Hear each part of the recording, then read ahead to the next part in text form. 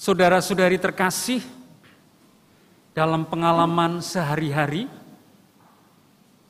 kita meyakini bahwa seorang jagoan, seorang pahlawan, seorang hero itu harus menang.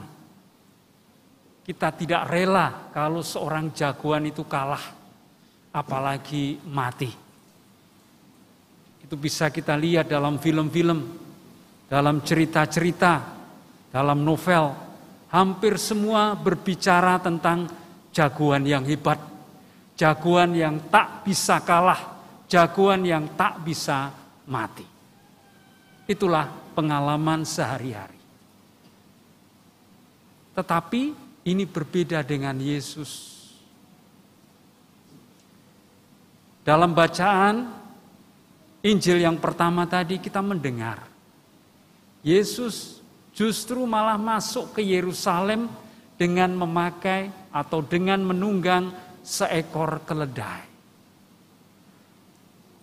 Dalam tradisi Yahudi, keledai adalah tunggangan untuk orang miskin. Berbeda dengan orang kaya atau seorang raja yang selalu menaiki kuda. Kuda adalah lambang kegagahan, lambang kemenangan. Sedangkan keledai adalah lambang kelemah lembutan. Jadi kalau Yesus naik keledai masuk ke Yerusalem, itu mau menggambarkan dia itu raja yang lemah lembut, raja yang membawa damai.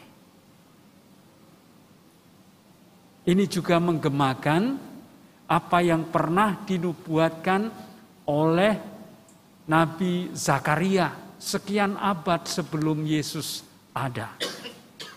Bersorak-soraklah hai putri Sion, lihatlah rajamu, dia datang dengan adil sambil naik seekor keledai. Jadi masuknya Yesus ke Yerusalem dengan naik keledai itu mau menggambarkan dia adalah raja yang lemah lembut. Sekali lagi berbeda dengan gambaran dunia tentang seorang jagoan yang hebat, jagoan yang tak pernah kalah, jagoan yang tak bisa mati. Nah, Yesus justru memilih jalan salib, jalan penderitaan, dan ini tidak ada dalam kamus dunia seorang jagoan kok mati. Kita bertanya, mengapa Yesus memilih jalan derita? Mengapa Yesus memilih jalan salib?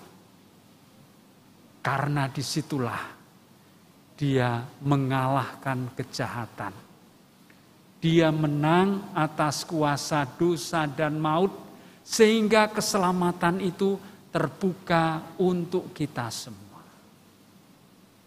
Maka Bapak Ibu saudara-saudari terkasih, mendengar kisah sengsara Tuhan Yesus Kristus, kita diundang untuk tidak meratapi, untuk tidak menangisi, tetapi kita diajak untuk bersyukur dan berterima kasih kepada Tuhan. Kita hanya bisa menundukkan kepala, karena Tuhan mencintai kita tanpa batas. Dia rela memilih jalan salib, rela menderita, bahkan sampai mati di kayu salib untuk keselamatan kita semua. Serentak, peristiwa ini juga menjadi undangan bagi kita semua, menjadi ajakan bagi kita semua untuk meniru jalan yang ditempuh oleh Yesus Kristus, untuk berani memikul salib kita masing-masing. Maka pesan dari bacaan Injil hari ini, jangan pernah takut untuk berbuat baik kepada sesama. Jangan pernah takut untuk berkorban demi kebaikan orang lain. Karena Yesus sudah menunjukkan contoh teladannya bagi kita. di balik salib yang ada di pundak kita masing-masing, kita akan menemukan keselamatan. Dan itulah jalan salib Tuhan kita Yesus Kristus. Amin.